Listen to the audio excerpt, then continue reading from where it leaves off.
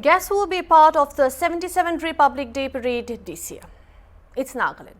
After a long gap of 14 years, Nagaland will once again be participating, and Nagaland's last participation in the Republic Day Parade tableau was in the year 2012. And it is scheduled to participate again in 2026 this year. This makes the 2026 tableau a highly notable event, especially as it will showcase the Hornbill festival, highlighting Nagaland's tribal heritage and also cultural identity on a national stage. As mentioned before, Nagaland has presented a tableau at the Republic Day Parade before, but very rarely. Between 2005 and 2024, as per the records, that makes Nagaland's participation in the Republic Day Parade a tableau segment, a notable and uncommon cultural moment when it does happen.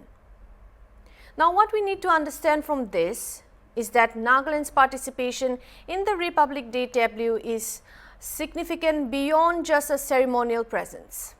It comes down to national visibility and also recognition. For many people across India, knowledge of Northeast India and Nagaland is, say, quite limited, and stereotypes and misconceptions often dominate. Participation is a highly visible national event, like the Republic Day Parade, puts Nagaland on a national stage, literally in front of millions of viewers across the country. This helps counter ignorance, stigma, showcasing the state's rich culture, the heritage, and also unique identity, and most importantly, drawing tourism interest for Hornbill Festival. As we talk about Hornbill Festival, this is also a way to enhance the cultural diplomacy. Through the tableau, Nagaland can share its stories, festivals and traditions like the Hornbill Festival in 2026 with a pan-Indian audience. It's a form of soft power and cultural diplomacy. The state demonstrates its uniqueness while being part of the larger Indian national identity. Another positive take on this is the inclusion and the integration. Participation signals that Nagaland is being recognized as part of the national mainstream, not just geographically, but symbolically. It emphasizes that the Northeast matters in national celebration and the policy making, helping bridge regional marginalization. Let's not forget that it also gives opportunity for pride and youth inspiration. Such representation inspires local youth and citizens by giving them visibility and validation. It fosters a sense of belonging, inclusion, and pride, which is particularly important in a region historically perceived as distant or other by much of mainland India. Keeping aside the sentimental values, this is also a strategic significance.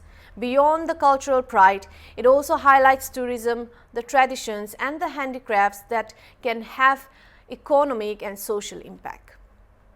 For Nagaland, it's not just ceremonial, it's branding the state nationally and improving awareness about its people and culture. At a time when reports of racial discrimination and bias against the Northeast and Nagas in particular remain a concern, such representation provides a platform to showcase the state's rich heritage, the identity to a national audience. Nagaland's participation in the Republic Day tableau this year carries significance beyond cultural display. It helps counter widespread misconceptions and limited awareness about the region, highlighting inclusion, as I've mentioned before, the visibility and recognition at the country's most prominent national event. Because when we talk about participation, Assam's tableau has been selected many times. It appeared around 15 times between 2005 and 2024, making it one of the more regularly featured states. Other states include multiple selections include Meghalaya, Arunachal Pradesh, which have also been showcased on multiple occasions in past parades like in the year 2020 and also other years.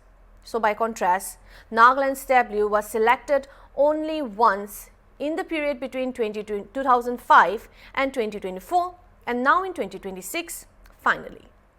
In that context, Nagaland's participation in 2026 is important not because it introduces the state to the nation, but because it corrects a long-standing imbalance in representation, placing Nagaland alongside other states on a platform equal national visibility. Let's not forget the recent DONER's misrepresentation of the Nagas.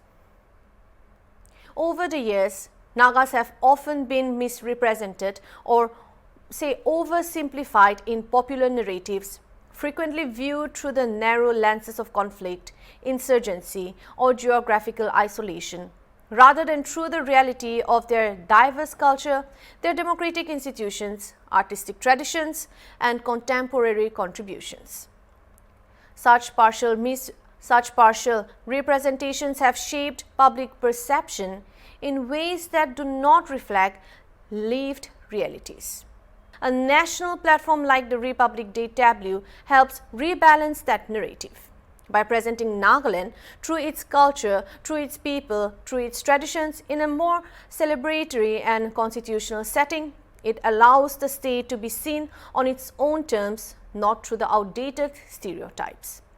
In that sense, this participation is not just symbolic alone, it is corrective, helping replace misrepresentation with context, visibility, and understanding. Nagaland's participation in the Republic Day tableau is not about seeking visibility for the first time, but also about ensuring consistent and fair representation within the national narrative.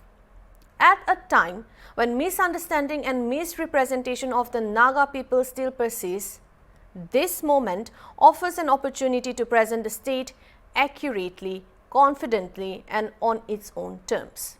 More than a cultural showcase, it reflects inclusion, continuity, and recognition, reaffirming that Nagaland's history, its identity, and contributions are an integral part of India's diverse and evolving history.